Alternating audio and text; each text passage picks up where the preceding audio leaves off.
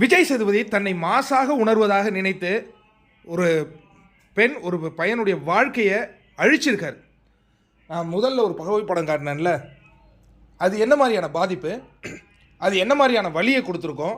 ஆனால் அவங்க என்ன கம்ப்ளைண்ட் பண்ணாங்களா, இல்லை விஜய் சேதுபதி என்ன பண்ணார், வந்து ஒரு குறும்படம் போட்டு காட்டு போனார். ஏன்னா அந்த நேரத்திலேயே அந்த ஹவுஸ்மேட்ஸ் எல்லாம் பார்வதியை தான் கிண்டல் பண்ணிகிட்டு இருந்தாங்க, சபரியை க்ளோரிஃபை பண்ணியிருந்தாங்க. இதே சோஷியல் மீடியாவில் சபரியை க்ளோரிஃபை பண்ணியிருந்தாங்க. இன்னைக்கு கூட பார்வதி அசிங்கப்படுத்தணும்னா அந்த அடிப்பட்ட அந்த புகைப்படத்தை தான் கொண்டு வந்து அவங்க தங்களுடைய வன்மத்தை தீர்த்துட்டு இருக்காங்க. என்னங்க, இந்த ஷோவுக்காக உழைத்த ஒரு பொண்ணை வழி அனுப்பும் நிகழ்வுன்னு ஒன்று இருக்குல்ல, அது செய்யப்படவில்லைன்னு தான் அதாவது இந்த நிகழ்வு எப்படி நடக்குது, விஜய் சேதுபதி ஆல்ரெடி டிசைட் பண்ணிட்டாரு. அவருக்கு ஃபோனில் யாரோ அழுத்தம் கொடுத்துட்டாங்க. அந்த அழுத்தம் கொடுத்த உடனே இவர் வந்து டிசைட் பண்ணுறாரு. லைன் பை லைனாக எங்களுக்கு காட்டினீங்களே தம்பி, லைன் பை லைனாக காட்டினீங்களா அந்த வெள்ளிக்கிழமை என்ன நடந்ததுன்னு. அவங்க வந்தாங்க, அடிபட்டு போனாங்க, அங்கேருந்து வந்தாங்க, ஹாஸ்பிட்டல்லேருந்து வராங்க. என்ன சபரி வெளியில் இறங்கிட்டியா, எனக்கு புரியலையே, சபரி தானே இவங்களை உள்ளே கூப்பிட்டு போனார். ஓ, அப்போ மயங்கிட்டாங்கன்னு அப்படி வச்சுப்போமா. சரி, கமருதீனை வராரு, வந்த உடனே பார்த்துட்டு ஊங்கிறாங்க, பயப்படுறாங்க. ஏன்னா பேனிக் அட்டாக்ல இருக்காங்க, ட்ராமாவில் இருக்காங்க. ஓகே, அதையும் நான் ஒத்துக்கிறேன். அப்படியே கட் பண்ணால் சபரியும் விக்ரமும் உட்காந்து பேசுகிறாங்க, ஏ ஜோக்ஸ் பேசுகிறாங்க. 18 கண்டென்ட் ஏ ஜோக்ஸ் எப்படி பேசுனாங்க பேனிக் அட்டாக் வந்தவங்க, அது பார்த்துருக்கீங்களா நீங்கள்? சபரி சொல்கிறாரு, விக்ரம் வந்து அவர் குறிப்பாத்து அடிச்சிட்டார்ல, நான் இதுமாரி ஆயிடுச்சேன், எனக்கு எப்படி இவ்வளோ டேமேஜாக இருக்கிற உன்னை யாரா கல்யாணம் பண்ணிப்பா. அதுக்கப்புறம் ஒரு வார்த்தை பேசுகிறாங்க, அதெல்லாம் நான் இங்கே பேச முடியாது. ஏன் அதை ஒளிபரப்பு இருக்க வேண்டியதானே? அப்படியே இன்ச் பை இன்ச்சாக ஒளிபரப்புனீங்களே விஜய் சேதுபதி, அதையும் ஒளிபரப்பில். அப்படியே ஒரு பெரிய இந்த சேரில் உட்காந்து அப்படியே பார்க்குறாராம், நடந்த நீ இதுக்கு வந்து எங்களுக்கு அநீதிக்கு என்ன ஒட்டு மொத்தம் ட்ராமான்னு ஊருக்கே தெரியுது, இதுக்கு நீ நீதி வழங்கிட்டு உட்காந்துருக்கியா?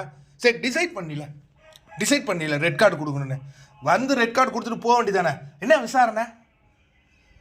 சரி, விசாரணைன்னா எப்படி நீ கொடுத்துருக்கணும்னா, நீ விசாரணை பண்ணல, சரி விசாரணையே பண்ணிட்டேயா, விசாரணை பண்ணிட்டு என்ன பண்ணியிருக்கணும், நீ ஒரு டிஸ்கஷன் வச்சு மக்கள்கிட்ட கேட்டு அதுக்கப்புறம் போய் ரெட் கார்டை எடுத்துகிட்டு வந்தீங்கன்னா ஏதோ ஒரு விசாரணை பண்ணிடு. அப்படியே அவங்க பேசி முடிக்கும் போது சினிமாவில் வர மாதிரி எடுத்து காட்டுறாரா அவர் 2 கார்டு.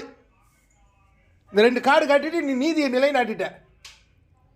நான் இந்த இது மலையாளம் பேச மாட்டேன், பட் இருந்தாலும் பேசுட்டான். ஒரு மலையாளியோடைய நடிப்பை நம்பி ஒரு தமிழச்சியோடைய வாழ்க்கையை கெடுத்துடா விஜய் சேதுபதி. ஆனால் நீ ரெட் கார்டு கொடுத்ததுனால முடக்கி போட்டு பார்க்கலாம் பார்வை. 3 நாள் போயிட்டு அதுக்கப்புறம் அது வேலையை அது பார்த்துட்டு போயிட்டே இருக்கும். என்ன கிழிக்க போகிறீங்க? ஆனால் துரோகத்திலே பெரிய துரோகம் என்ன தெரியுமா? இந்த ஷோக்காக அந்த பொண்ணை போட்டு உறிஞ்சி எல்லா உழைப்பையும் எடுத்துட்டு அதுக்கப்புறம் கடைசியாக அவமானப்படுத்தி அனுப்பணும்னு ஒரு முடிவு பண்ணீங்களே. நீங்களாம் உண்மையாலே நான் சொல்கிறேன், இது வந்து ஒரு பச்சை துரோகம். நீ எபிசோடே பார்க்காத வந்து ஹோஸ்ட் பண்ணிட்டு இருந்தீங்களே விஜய் சேதுபதி, நீங்கள் செஞ்சதை விட இந்த ஷோக்கு யார் இனி துரோகம் பண்ணுவா? தயவு செஞ்சு போயிடுங்க.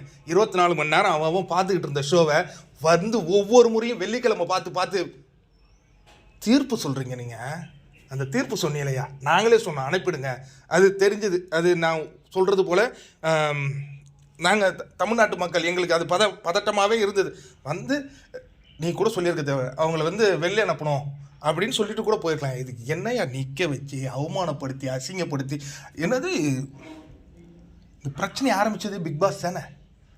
என்ன சாண்ட்ரா ஏதோ போகிற மாதிரி ஜாலியாக உட்காந்துருக்குறீங்க அப்படின்னா என்ன? அவர் தான் ஏதாவது பண்ணுங்க, சும்மாவே எல்லாம் காரில் உட்காந்துருக்காதீங்க. அந்த ஒரு நிகழ்ச்சி நடந்திருக்கக்கூடாது, நான் இப்பவும் சொல்கிறேன். ஆனால் அந்த நிகழ்ச்சிக்காக நீங்கள் போட்டிங்களே விஜய் சேதுபதி ஒரு சீனு, ஒரு மாஸ் கார்டு காட்டுற மாதிரி, நாளைக்கு உங்களுக்கு மனசாட்சி உறுத்தும்.